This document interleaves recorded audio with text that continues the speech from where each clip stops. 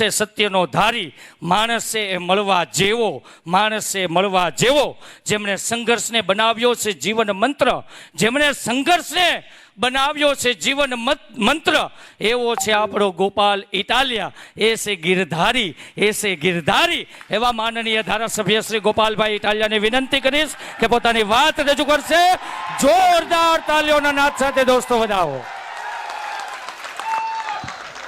ભારત માતા કી જય, જવાન વંદે. આજે સુરતની અંદર ખૂબ ઉઠીને સાંભળી રહેલા સૌ આમ આદમી પાર્ટીના સમર્થકો, સૌને મારા પ્રણામ, સૌને મારા રામ રામ, સૌનો આભાર વ્યક્ત કરું છું. દોસ્તો, વિસાવદર, ભેસાણ અને જૂનાગઢ ગ્રામ્ય મત વિસ્તારના ખેડૂતોએ, ખેત મજૂરોએ, વેપારીઓએ, આમ જનતાએ મારી જેવા એક નાના એવા જુવાનિયાનું આખા ગુજરાતમાં માન વધારવાનું કામ કર્યું છે. મારી જેવા નાના માણસને, અમારી આમ આદમી જેવી નાની પાર્ટીને, અમારી નાની એવી ટીમને આશીર્વાદ આપી અને માત્ર વિસાવદરમાં નહીં, ગુજરાતમાં નહીં, આખા દેશની અંદર ચમકવાનો, આગળ વધવાનો એક મોકો આપ્યો છે, અવસર આપ્યો છે. એ બદલ હું વિસાવદરના સૌ મતદારોનો હૃદયપૂર્વક આભાર વ્યક્ત કરું છું. દોસ્તો, આ ચૂંટણીમાં આજે આપણે અહીંયા સફળતાનું સેલિબ્રેશન કરવા એકઠા થયા છે. ગોપાલ ઇટાલિયા જીતી ગયા, સફળતા મળી ગઈ, મજા આવી ગઈ. પણ સફળતાની ઉજવણી કરવા એકઠા થયા છે ત્યારે મારે મારી વાતની શરૂઆત નિષ્ફળતાથી કરવી છે. સફળતામાં તો મજા છે. અંગ્રેજીમાં એક કહેવત છે કે success has many father and failure is an orphan. ગુજરાતીમાં એવું છે કે સફળતાના ઘણાય બાપ છે. સફળ થાવ તો બધા એમ કે મેં આ કર્યું હતું, મેં આ કર્યું હતું, અમે અંદર ખાને ટેકામાં હતા, અમે અંદરથી તમારી હારે જતા. સફળ થાવ તો દુનિયા આખી એમ કે મેં કર્યું. ફેલ જાઓ તો અનાથ. ફેલ્યુર ઇઝ એન ઓર્ફન, અનાથ છે. 2022ની વિધાનસભાની ચૂંટણીની પહેલા અમારા બધાની આમ આદમી પાર્ટીની એવડી મોટી મહેનત હતી. બધાને એમ લાગતું હતું કાંઈક થઈ જાય, અને કાંઈ નહીં થાય તો કાંઈ નહીં, ગોપાલ ઇટાલિયા ને ઈશુદાન ગઢવી ને 2-4 જણા બીજા જીતી જશે. આવું લોકોના દિલની અંદર ભાવના હતી. પરિણામ અલગ આવ્યું, ધાર્યું પરિણામ ન આવ્યું. બધો માહોલ વિખાઈ ગયો. જે માણસો અંદર ખાને હારે છું, બહાર હારે છું, આમ હારે છું, તેમ હારે, બધું ગાયબ અચાનક. અને નિષ્ફળતા આવી. ઈ સમયમાં કોણે આમ આદમી પાર્ટીને, કોણે અમને બધાને અને કોણે આખા ગુજરાતને સંભાળીને રાખ્યું, એની નોંધ લઈને આજનું સેલિબ્રેશન, આજની ઉજવણી થવી જોઈએ. તેદી પાર્ટી ન ટકી હોત, તે દિવસે સંયમ ન હોત, ધીરજ ન હોત, હારને પચાવી જવાનું કાળજું ન હોત, તો આજે આ ઉજવણી ન હોત. અને એવા 2022ની ચૂંટણી પતી. નામ લેવા બેસીએ તો હંમેશા જીત ટીમની હોય. દુનિયાની કોઈ પણ યુદ્ધ હોય કે ક્રિકેટ હોય કે ધંધો હોય કે રાજનીતિ હોય, જીત હંમેશા ટીમની હોય. ટીમમાં કરોડો માણસો હોય. પણ 2022ની ચૂંટણીનું પરિણામ આવ્યા પછી આમ આદમી પાર્ટીને માનનીય શ્રી ઈશુદાનભાઈ ગઢવી અને માનનીય મનોજભાઈ સોરઠિયાએ સંભાળવાનું કામ કર્યું. એ દિવસે ઘણી નિરાશા હતી, હતાશા હતી. અનેક કાર્યકર્તાનું મનોબળ ડગી ગયેલું. મેણા મારવા વાળા માથે ચડી બેઠા હતા. હવે તમારું કાંઈ નહીં હાલે, પતી ગયું, ના પાર્ટીમાં કાંઈ નથી, હાલો ભાજપમાં. ઘણા ખરા વૈયાઈ ગયા, ઘણાએ પાર્ટી બદલી નાખી. એક ચૂંટણી હાર્યા હતા, વેંડિયું કૂદી ગયા. પણ દોસ્તો, એ નિષ્ફળતાને પચાવી જઈને પોતાનો મજબૂત સંકલ્પ જે હતો ગુજરાતમાં આમ આદમી પાર્ટીની સરકાર બનાવવાનો, એ સંકલ્પ ઉપર અડગ રહીને આમ આદમી પાર્ટીને ચલાવવાનું કામ અમારા 2 અડીખમ યોદ્ધા ઈશુદાન ગઢવી અને મનોજ સોરઠિયાએ કર્યું. મત ગણતરીની બપોરે 3 વાગે ત્યાં લગભગ બધું ચોખ્ખું થઈ જાય કે કોણ આવે છે ને કોણ જાય છે. સાંજે 7 વાગ્યા સુધી નાચવા ગાવાનું બધું પતી જાય. બીજે દિવસે સવારે 10 વાગ્યાથી રાબેતા મુજબ બધું હોય. બીજા દિવસથી ઉજવણી લગભગ કોઈ ચૂંટણી ન હોય.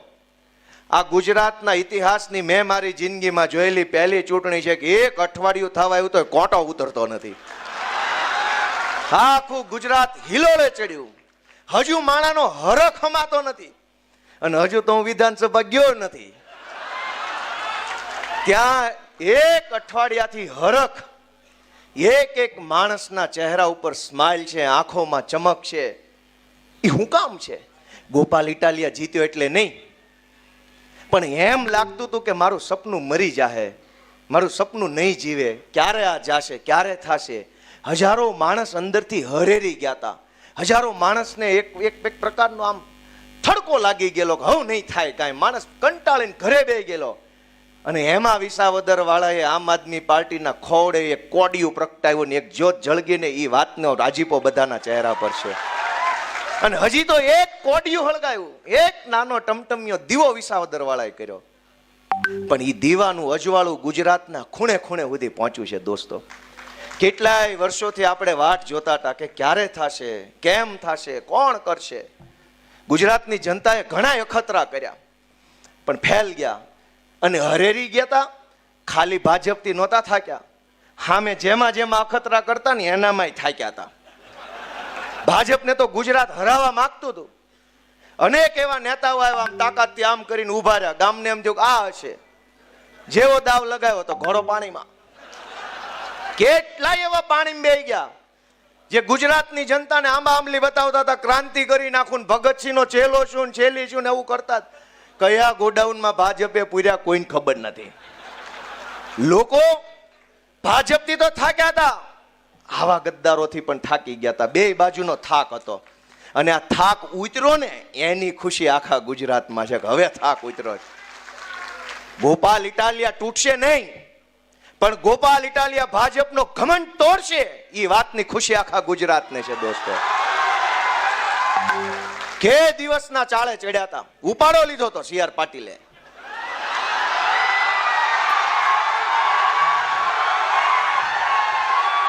સી આર પાટીલે ગુજરાત આખામાં ઉપાડો લીધો કે ધારું એને તોડું, ધારું એને પક્ષ પલટો કરાવું, ધારું એને જેલમાં પૂરું. દોસ્તો સી આર પાટીલે ઉપાડો લીધો.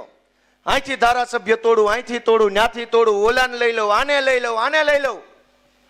ગોપાલ ઇટાલિયા સુરતની બજારમાં ઉભો રહીને ચેલેન્જ મારે છે કે સી આર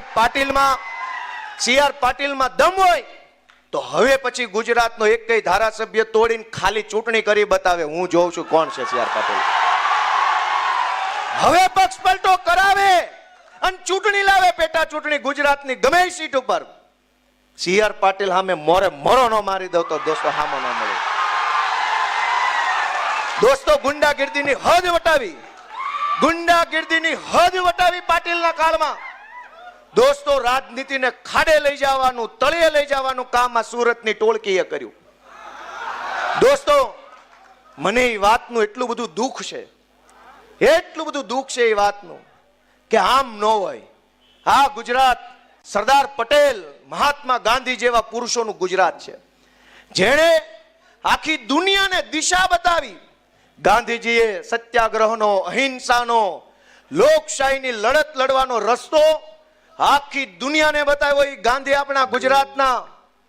જે સરદાર પટેલે માણસને બળુકો બનાવવાનું કામ કર્યું, ખેડૂતો માટે સત્યાગ્રહ કર્યા, સરદારનું બિરુદ મળ્યું ખેડૂત માટે લડતા લડતા. ઈ ગાંધી અને ઈ સરદારના ગુજરાતમાં બુટલેગરોના હાથમાં સરકાર આવી, એ વાત ખટકે છે મને. ઈ વાત ખટકે છે કે ગાંધીનું ગુજરાત બુટલેગરના હાથમાં ન હોવું જોઈએ ભાઈ સાહેબ. અને અમે હાથ ઉપર હાથ રાખીને નિરાશ થઈને બેસી રહેવા વાળા માણસો નથી. અમે સંકલ્પ કર્યો કે કોઈ બોલે કે કોઈ ન બોલે, કોઈ લડે કે કોઈ ન લડે, કોઈને ફરક પડે કે ન પડે, ગોપાલ ઇટાલિયા, આમ આદમી પાર્ટી એ લડશે, બોલશે, અવાજ ઉઠાવશે ને બુટલેગરોને હટાવી જનતાનું શાસન લાવશે દોસ્તો. અને આઝાદીની લડાઈમાંથી આપણે શું શીખ્યા કે એક ગાંધી બાપુ, એક સરદાર પટેલ, એણે એવો સંકલ્પ લીધો કે હું આ દેશને અંગ્રેજોની ગુલામીમાંથી આઝાદ કરાવીશ. ગાંધીજી પાસે શું હતું? પૂરા લુગડાય નહોતા પહેરવા માટે, બીજું તો શું હોય? સરદાર પટેલ પાસે શું હતું? કોઈ વસ્તુ નહીં, એક મક્કમ મનોબળ.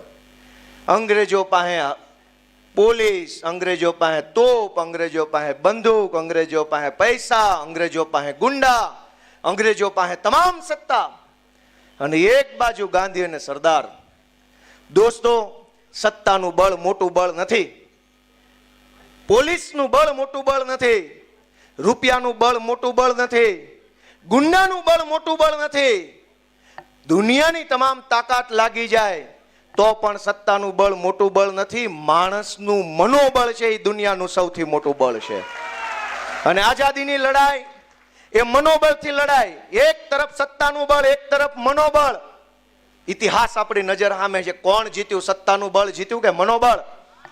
અને આ વિસાવદરની ચૂંટણીમાં પણ એક તરફ સત્તાનું બળ, ભાજપની આખી સરકાર, ભાજપના મંત્રી, ભાજપના ધારાસભ્યો, ભાજપના ચેરમેનો, ભાજપના બુટલેગરો, ભાજપના જમીન માફિયાઓ, ભાજપના ગુંડાઓ, ભાજપના બળાત્કારીઓ, બધા જ વિસાવદરમાં. એક તરફ આખી સત્તાનું બળ, એક તરફ આમ જનતાનું મનોબળ. અને દોસ્તો, ભીષણ યુદ્ધ થયું અને મનોબળ જીત્યું. એ વાતની ખુશી આખા ગુજરાતમાં છે. સમય સમય પર ઇતિહાસ સાક્ષી પૂરે છે કે દુનિયા ગમે એટલી બદલાઈ જાય, સંકલ્પના, મનોબળના સંકલ્પનું જ હંમેશા વિજય થાય છે, સત્યનો હંમેશા વિજય થાય છે. દોસ્તો, આ જીતની ખુશી અઠવાડિયા સુધી ટકી હું કામ?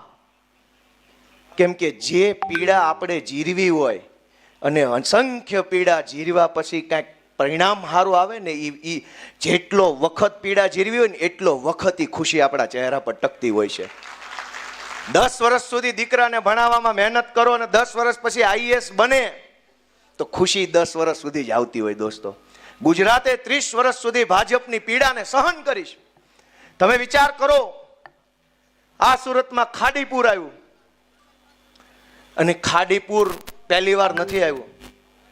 એક તરફ એવી વાતો આવે છે કે દુનિયા ચંદ્ર ઉપર પહોંચી ગઈ, મંગળ ઉપર સંશોધન હાલે છે, યાન મોકલ્યું, એસ્ટ્રોનોટ્સ જાય છે, બધા અવકાશ શાસ્ત્રીઓ. આપણા ગુજરાતની દીકરી સુનિતા વિલિયમ્સ બીજા ગ્રહ ઉપર જઈને આવે છે. તમે એક કલ્પના કરો ગુજરાતના નાગરિક તરીકે કે ચંદ્ર ઉપર જવાનો રસ્તો છે, મંગળ ઉપર જવાનો રસ્તો છે, પણ પાણી કાઢવાનો રસ્તો સુરતમાં નથી. એવું કેમ થાય? એવું કેમ થાય કે ચંદ્ર સુધી જઈ શકાય પણ હાય ભરાણેલું પાણી છે, ખાડીનું પાણી તાપી સુધી કેમ નથી લઈ જઈ શકાતું? શાસકો નિર્બળ છે, શાસકો કાયર માણસો છે, લાયકાત ન હોય એવા માણસો સત્તામાં બેઠા છે. અને કોણે બેહાડ્યા છે? વિચાર કરો કે કોણે બેહાડ્યા એને. આપણું મન એમ કે ને મેં બેહાડ્યા, તો આપણે આપણો આત્મા જગાડવાની જરૂર છે. દોસ્તો, 30 વર્ષ થઈ ગયા, ક્યારે જાગશે આપણો આત્મા? અને ખાલી સુરતની ક્યાં વાત છે? વડોદરાની અંદર ગયા વર્ષે પૂર આવ્યું હતું, બધાને ખબર છે કે નહીં? એની પહેલા જુનાગઢની અંદર પૂર આવ્યું હતું, જુનાગઢ મહાનગરમાં. ગયા એની પહેલાના વર્ષે અહીંયા ભાજપ સર્જિત અંકલેશ્વર અને ભરૂચમાં પૂર આવ્યું. દોસ્તો, પહેલા જેવો જમાનો નથી કે બહુ વરસાદ આવે ને પહેલા જે પૂર આવતા ને ગામ ડૂબી જતા, જે મચ્છુ હોનારત થઈ, કે પહેલા જે કુદરતી પ્રકોપથી પૂર આવતા, એ નથી આવતા હવે. ભાજપ સર્જિત પૂર આખા ગુજરાતમાં ઝાસવારે આવી જાય છે. દોસ્તો, આવું શું કામ? કે જેને આપણે સત્તામાં બેહાડ્યા એ લોકોને ભ્રષ્ટાચાર કરવા, રૂપિયા ખાવા સિવાય ત્રીજી કોઈ વાતમાં કોઈ રસ નથી. જનતા જીવે કે જનતાનો જીવ જાય, સત્તામાં બેઠેલા માણસને એક રૂવાડું ફરકતું નથી. અને આ લાચારી ભર્યું જીવન કરોડો લોકો જીવે છે. એ લાચારીમાંથી બહાર કોણ કાઢશે? આપણે આપણી જાતને પોતે બહાર કાઢવાની છે, આપણે આપણો આત્મા જગાડવાનો છે. દોસ્તો, આ સુરતની અંદર ખાડીની આસપાસ અસંખ્ય ગેરકાયદેસરનું બાંધકામ થયું. વડોદરાની વિશ્વામિત્રી નદી ઉપર ગેરકાયદેસર બાંધકામ થયું. જુનાગઢ મહાનગરની અંદર વોંકળો નીકળે છે, વોંકળા ઉપર ગેરકાયદેસર બાંધકામ થયું. ભાજપના લોકોએ ગેરકાયદેસર બાંધકામો કરી, ખોટું કરી, આડે ધડ ગમે એમ મન ફાવે એમ બિલ્ડિંગો બનાવી. આજ ભોગ કોણ બને છે? નાનો માણસ ભોગ બને છે. એણે તો એના રૂપિયા બનાવી લીધા, એ રૂપિયાથી એ બીજા શહેરોમાં, બીજી જગ્યાએ રહેવા વયા ગયા. આપણી નજર સામે આ બધું સત્ય છે, પણ આપણને દેખાતું નથી. એક બાળકને ભણાવવા માટે મા બાપે કેટલી લાચારી વેઠવી પડે છે. તમે કલ્પના તો કરો અવળો મોટો મહાન ભારત દેશ, 5 ટ્રિલિયન ઇકોનોમીની મોટી મોટી વાર્તાઓ, દુનિયામાં ડંકો વાગી ગયાની વાર્તાઓ, વિશ્વમાં ભારતનો પાસપોર્ટ દેખાડો ત્યાં તો દુનિયાના દેશો ધ્રુજે છે એવી બધી વાતો. અને હકીકત એ છે કે સુરત જેવા શહેરમાં એક દીકરો ભણાવવા માટે થઈને મા બાપે કેટલી લાચારી કરવી પડે છે. આપણને એ વાતનો અંદરથી ખટકો લાગવો જોઈએ, અંદરથી આઘાત લાગવો જોઈએ કે અવળો મોટો વિશાળ ભારત દેશ, 140 કરોડની આબાદી, અબજો રૂપિયાનું બજેટ, અને અવળો દેશ એક આપણા દીકરાને ભણાવી નહીં શકે. આરટીઈના એડમિશનો કર્યા હોય, એની અંદર પ્રાઇવેટ સ્કૂલો દાદાગીરી કરે, વાલીઓને ધમકાવે, સરકારી તંત્રનો દુરુપયોગ થાય, તારી ઉપર ફરિયાદ કરાવી દઉં, ખોટો દાખલો કઢાવ્યો છે, ખોટું એડમિશન છે. પોતાના દીકરા કે દીકરીને સારું ભણતર અપાવવા માટે મા બાપે લોહી પરસેવાની કમાણીથી લીધેલો ફ્લેટ છુપાવવો પડે, અને પોતે જાણે ચોરી કરીને ફ્લેટ લીધો હોય એવી અંદર ફરક પડે કે ખબર પડી જાય તો ખબર પડી જાય. એ ફ્લેટ ચોરીનો નથી, પરસેવાના પૈસે ફ્લેટ લીધો છે, પણ દીકરો ભણાવવા માટે થઈને ફ્લેટ ન બતાવે. અને એ વાતની ધમકી સરકારી તંત્ર મારે, તમારે તો ફ્લેટ છે. ફ્લેટ ક્યાં ભાજપ વાળાએ આપ્યો? એ તો અમે પરસેવો પાડીને લીધો છે. તમે અમારો છોકરો તો ભણાવો. મેં વાત સાચી કરી કે ખોટી કરી? મહેનત મજૂરીથી લીધેલી વસ્તુને છુપાવવી પડે, જાણે કે આપણે ચોરી કરતા હોય.